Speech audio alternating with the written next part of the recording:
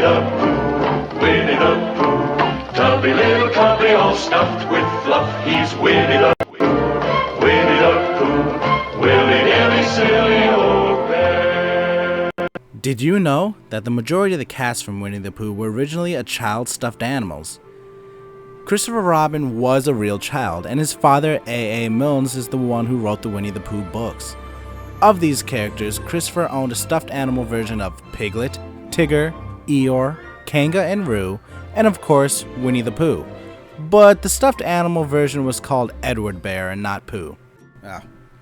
You can still see all these stuffed animals at the New York Public Library, the only exception being Roo, who was lost in the 1930s. A.A. Milnes would create Owl and Rabbit as a means to have a larger cast for the book.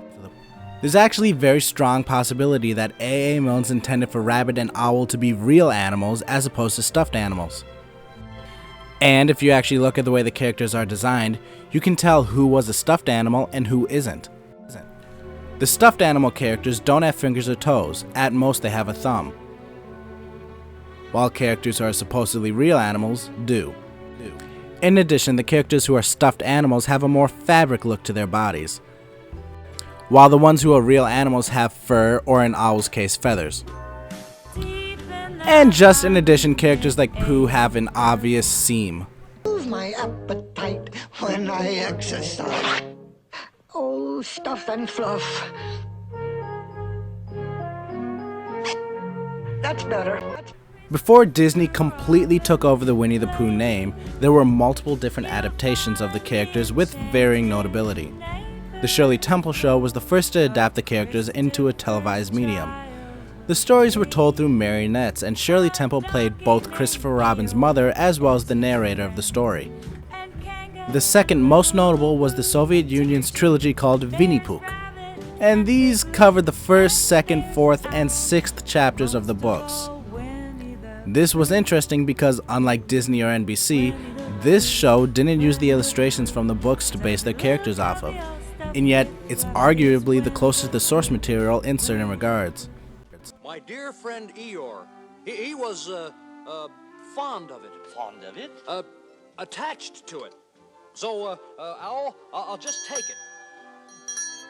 Oh dear. Thank you, Owl. There goes my handsome new bell rope. Gopher was the only character from the original shorts not based on someone from A.A. Milnes' books. In fact, he actually notes this in his very first appearance. Expert. I'm not in the book, but I'm at your service. Gopher was made by Disney to serve as a replacement for Piglet. Disney thought Gopher was more folksy and all-American rather than Piglet. While American audiences did love the character, British audiences and anyone who had read the books previously were not pleased. This actually caused Disney to then add Piglet in the next Winnie the Pooh installment of Winnie the Pooh and the Blustery Day. Oh, good thought, Piglet. But you can't possibly think that that's long enough. Oh, yes it is. Hal read this to me once, and it was certainly the longest thing I'd ever heard. Oh. It's true, Rabbit. It lags a bit in the middle. Oh, of all things, why didn't we think to bring a rope? Oh, well, there is this rope. The real Christopher Robin hated Winnie the Pooh. Or more correctly, he hated how popular it got. As the series became increasingly popular, he was apparently picked on a lot in school. Other kids would cite passages from the books and just generally mock him. The most common of these passages used was from the poem Vesper, which said, "Hush, hush, whisper who dares. Christopher Robin is saying his prayers." When he grew older, he was asked how he felt about his father's books and how he felt about their success. To which he responded, and I quote, "Climbing on my infant's shoulders, that he had filched from me my good name and left me nothing but empty fame." Going back to the original stuffed animals, he was more than willing to get rid of them when he did. No, silly old bear. You're braver than you believe, and stronger than you seem, and smarter than you think. But the most important thing is,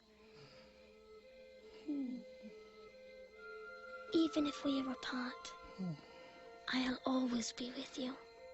I'll always be with you. Always be with you. Winnie the Pooh invented a competitive sport.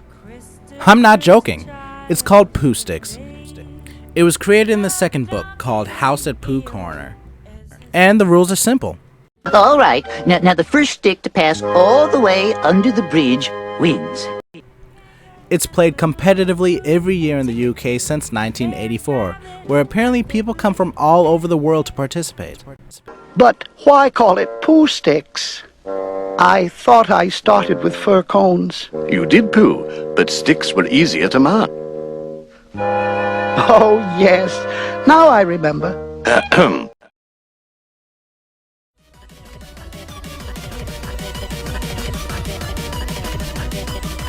Sorry.